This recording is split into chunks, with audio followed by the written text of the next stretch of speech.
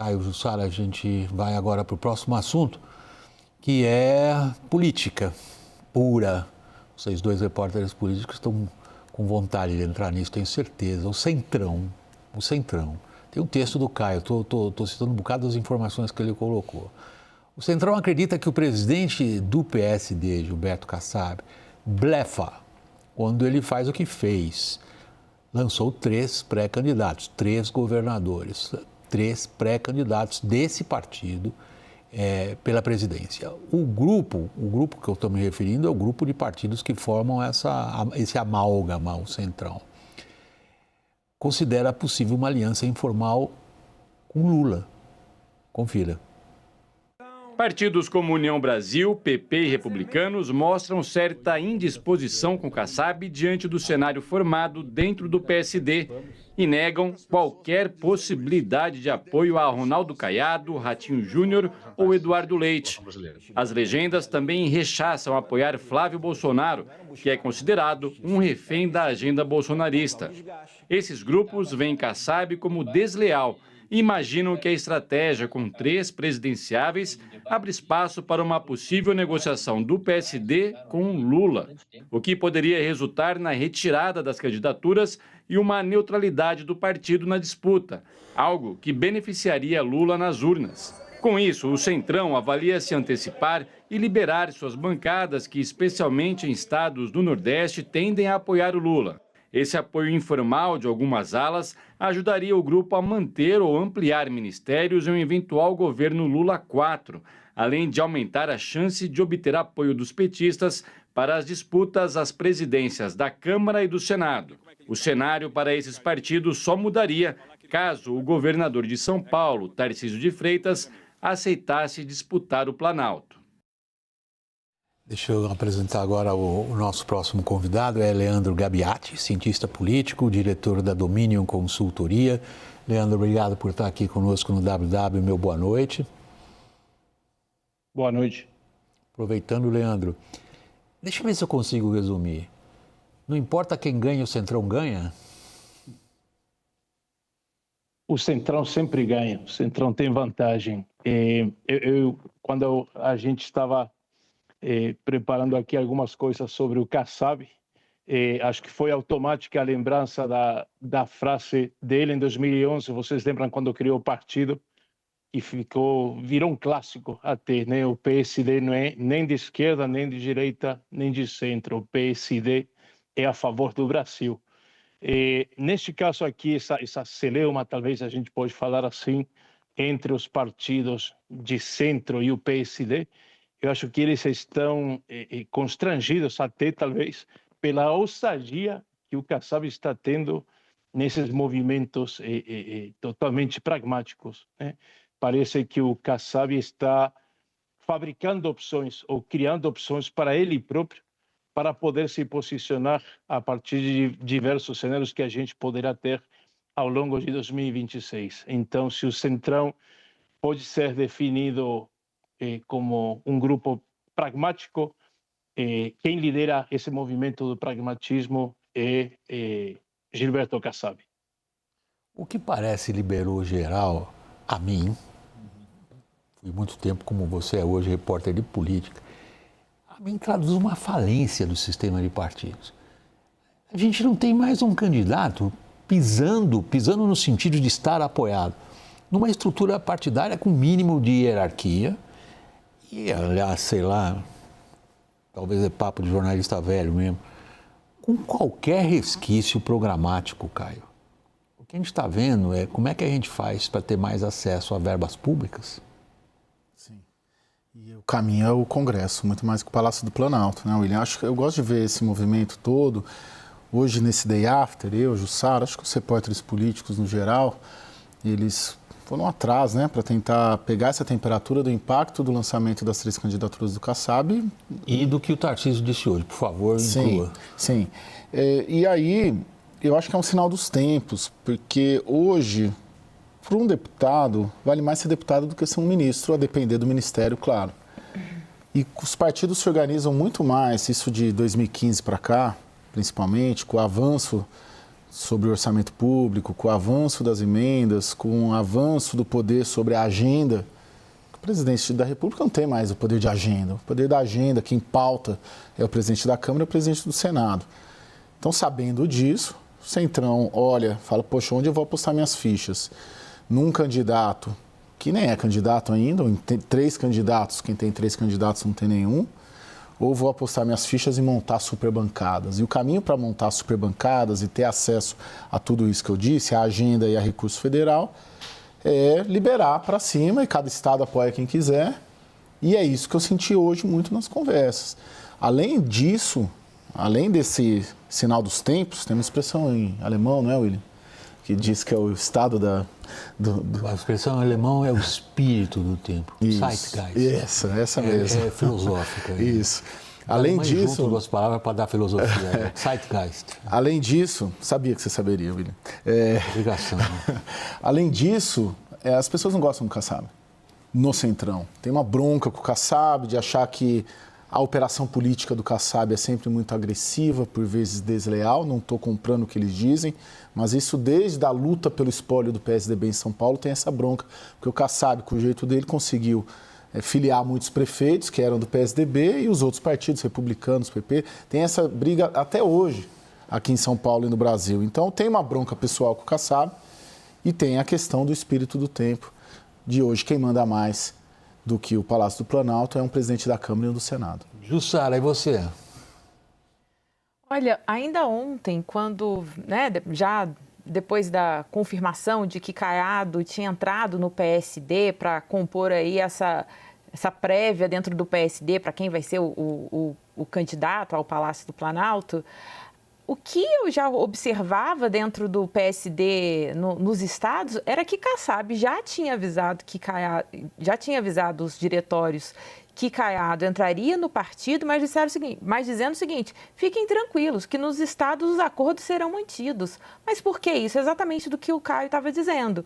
Que a grande preocupação é o seguinte, mantém os acordos que já estão em vigor, que já, no Nordeste mais alinhado à esquerda, ao Sul à direita e vamos focar em eleger deputado, fazer a bancada, porque Kassab quer aumentar a sua bancada, hoje tem cerca de 40 deputados e aí quer crescer e vai fazer isso, não perder pelo menos cadeira na Câmara de Deputados, justamente mantendo esses acordos regionais, servindo o PSD de acordo com o gosto do freguês. No Nordeste alinhado a Lula, no Sul mais alinhado à família Bolsonaro, enfim, ocupando esses espaços de um pragmatismo que chega a assustar, inclusive, gente do Centrão, que acha que o mínimo de unidade tem que ter no partido. Agora, o que tem causado estranheza é como Caiado entra no PSD e com muito argumento de que precisa organizar o PSD lá em Goiás, mas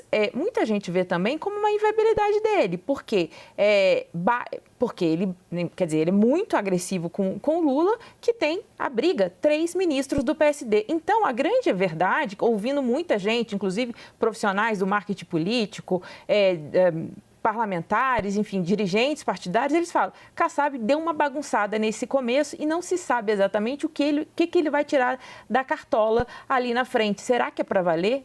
PSD vai, de fato, lançar um candidato? Até isso há dúvidas. Leandro, o que você está vendo nessa bagunça política? Nessa bagunça política, acho que a primeira premissa que nós temos que considerar em relação ao Kassab é como o PSD nasceu. Tradicionalmente, e o William mencionava um pouco essa questão de olhar para o passado, os partidos nasciam ou tinham como base demandas sociais ou surgiam de movimentos sociais. O PSD teve um surgimento muito particular. Ele nasce a partir da insatisfação de muitos parlamentares da oposição, de centro-direita ou até de centro, que queriam ser governo na época do Lula em 2011 e não tinham como. Então, o Kassab, de forma muito astuta, muito inteligente, cria o PSD justamente para dar espaço a esses parlamentares insatisfeitos que sentiam, de alguma forma, uma limitação a estarem em partidos de oposição. Essa missão do Kassab, esse plano do Kassab deu muito certo. Eu resgatei alguns números aqui quanto a fundo partidário e fundo eleitoral. O Caio mencionava justamente essa questão de disputa por recursos públicos. O PSD teve de fundo partidário em 2025 90 milhões de reais e teve no fundo eleitoral nas eleições de 2024, os municipais, 420 milhões de reais, ou seja, em 4 anos, só considerando 2025 aqui como fundo partidário, o PSDB administrou quase meio bilhão de reais, né? E se a gente calcula que são 100 milhões de fundo partidário, quase a cada ano, essa cifra se aproxima quase de 1 bilhão de reais. Então, acho que essa bagunça que se apresenta diante de nós tem uma racionalidade bastante clara.